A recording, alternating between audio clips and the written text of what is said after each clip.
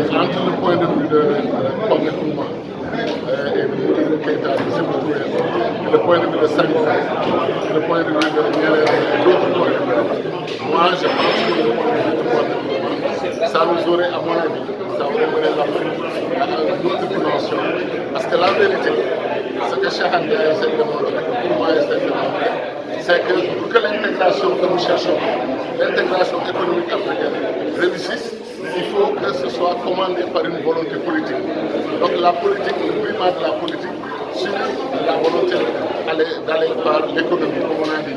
Les gens ont voulu faire du gradualisme étape par étape en disant que si on travaille ensemble, si on renforce nos économies ensemble, un jour nous serons unis politiquement. En vérité, pour moi, penser le contraire. Si nous sommes unis politiquement, il sera plus facile d'organiser nos économies et d'aller plus vite et mieux. Donc, c'était ça un peu. Mais comme je l'ai précisé dans cette discussion, personne n'était contre l'intégration africaine.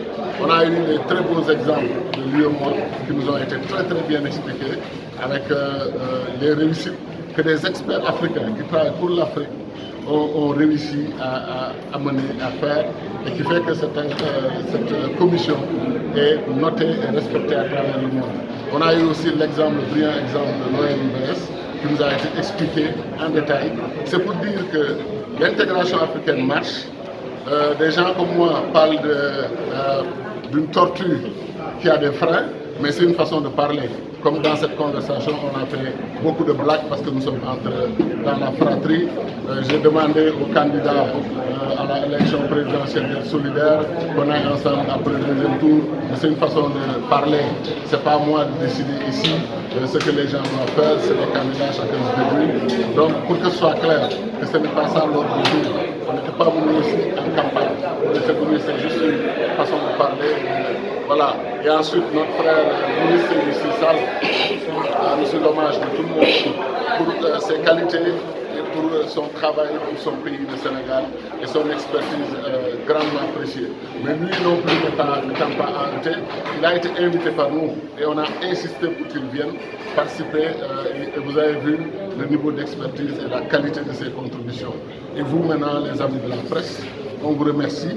L'intégration africaine, c'est une obligation. 1,3 milliard d'habitants, 30 à 40% des ressources naturelles du monde. Moi, j'ai prétendu que l'enjeu, c'est le leadership. Le leadership africain doit être réformé. 600 millions d'Africains qui n'ont pas accès à l'électricité, c'est inacceptable. Qu'en Centrafrique, il y ait 8% de citoyens qui ont accès à l'électricité, dans un pays aussi riche, potentiellement, c'est inacceptable.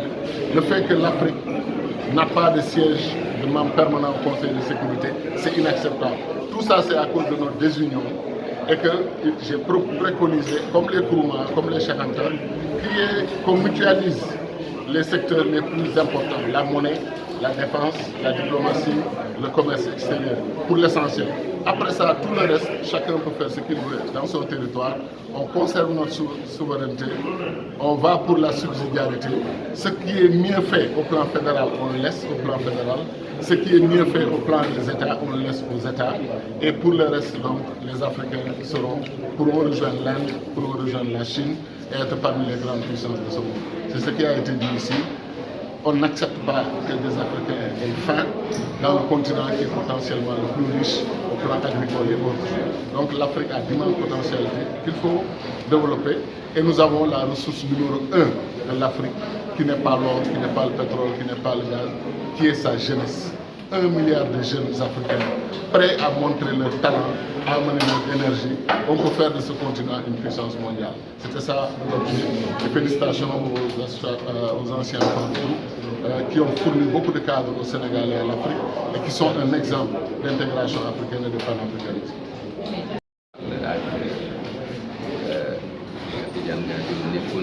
Panéliste yi ak sama yeneen ñaari morom man nag BCEAO lay liggéeyee maa jiite direction nationale bu Sénégal li ma taxoon a ñëw ci conférence bi ak li nga xam ne moom laa ci waroon a wane mooy ne am nañ fii ci Afrique soowu jant benn exemple bu wane ne Afrique bu bëggee booloo mën na boole loolu juróom-benn fukki at a ngi nii ñu bokk benn monnaie muy franc CFA juróom-benn fukki at a ngi nii lépp loo xam ne daa jëm ci koom-koom lépp loo xam ne daa jëm ci banque yi dañ koo dénk benn kuréel boobu di ko doxal ci loo xam ne gouvernement yi dañoo d'accord ne li nga xam ne ñoo ko waroon a doxal seen bopp ñu dénk li mu laaj nag mooy ñi nga xam ne dénk nañ leen loolu danoo war a dalal xelu ñi leen ko dénk pour wane ne mën nañ ko liggéey bu rafet li ma ci wane mooy ni juróom-benn fukki at yi liñ ci liggéey nga xam ne mi ngi jëm ci yore CFA ñu bokk te muy li gën a jafe ci benn réew moom boo ko xoolee li nga xam ne moom la gën a fonk yore xaalisam defaral ko boppam ci la ko donc bu demee ba jox ko benn kuréel boobu ñëw doxal ko am ci résultat day wane ne Afrique bu nu amee volonté politique mooy bu nu amee dog ne dañoo jëm ci bokk ànd war na mën a yomb ni ko modérateur bi waxee IMOA tey war na mën a nekk laboratoire ndax liñ fi wane ne doxal nañ ko fi dëgg-dëgg bu fekkee ne noonu la gouvernement africain yi dem nañ ba fexe convaincre leen ne du ne da ngay jël li nga moom muy doxal sa réew da nga koy joxe déedéet da ngeen di ànd bokk dénk ko ñoo xam ne ni mën nañ ko yor defal leen ci résultat yoo xam ne ñëpp danañ ci jariñ et ministre Ndiaye Thiam joxe na fi exemple aussi OMVS ci mbiru ndox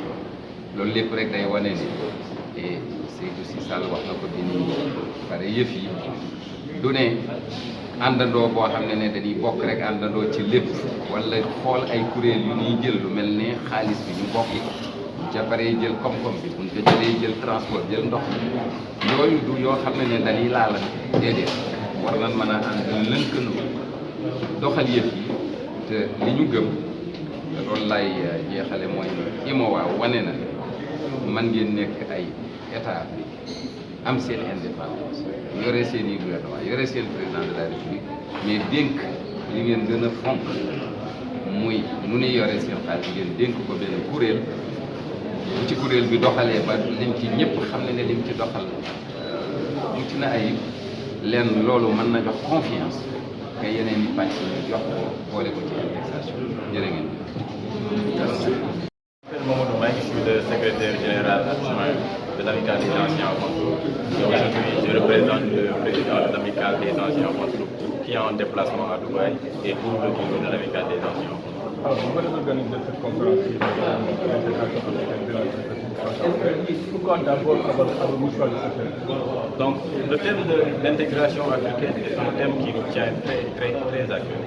Parce que nous venons d'une école qui regroupe plus de 15 nationalités. Donc, le Britannique militaire de Saint-Louis est un creuset d'intégration africaine. Donc, parler de l'intégration africaine, parler de l'état des lieux, qu'est-ce qui est en train de se faire, qu'est-ce que l'on devrait améliorer, quelles sont les perspectives, sont une chose qui nous tient à cœur. C'est pourquoi nous avons sollicité d'éminents panélistes, vous l'avez vu tout à l'heure, qui, de par leur expérience, de par leur vision, de par leur parcours, pourront nous éclairer pour que l'on sache quels sont nos acquis et comment on devrait faire et parfaire cette intégration africaine. Nous en retenons qu'il y a beaucoup de choses qui sont en train d'être faites avec la BCEAO, avec l'intégration, avec les États de l'Union africaine qui essayent de mettre en place des choses. Mais il y a encore un très grand chantier. Et ce n'est qu'un challenge. Nous, aux Britanniques, on nous dit juste savoir pour mieux servir. Savoir pour mieux servir, c'est connaître, mais aussi faire en sorte que ces connaissances-là, ces compétences-là, ces techniques-là puissent nous servir pour qu'on aille mieux. Donc, avec cette jeunesse africaine-là, avec toutes nos potentialités économiques, on l'a cité tout à l'heure, il y a 600 millions de personnes, par exemple, en Afrique qui ne sont pas électrifiées. Et les rapports disent que d'ici 2040, il y en aura 1 milliard. Nous avons 1 milliard de jeunes déjà. Comment on utilise cette ressource humaine-là pour aller loin? Comment on utilise cette ressource humaine-là pour faire et construire un continent? C'est le challenge. C'est pourquoi on en parle. C'est pourquoi on amène les gens qui ont de l'expérience, qui puissent nous parler, qui puissent nous partager leur vision et qui puissent nous donner, en tout cas, leur vision sur ce que nous devons faire.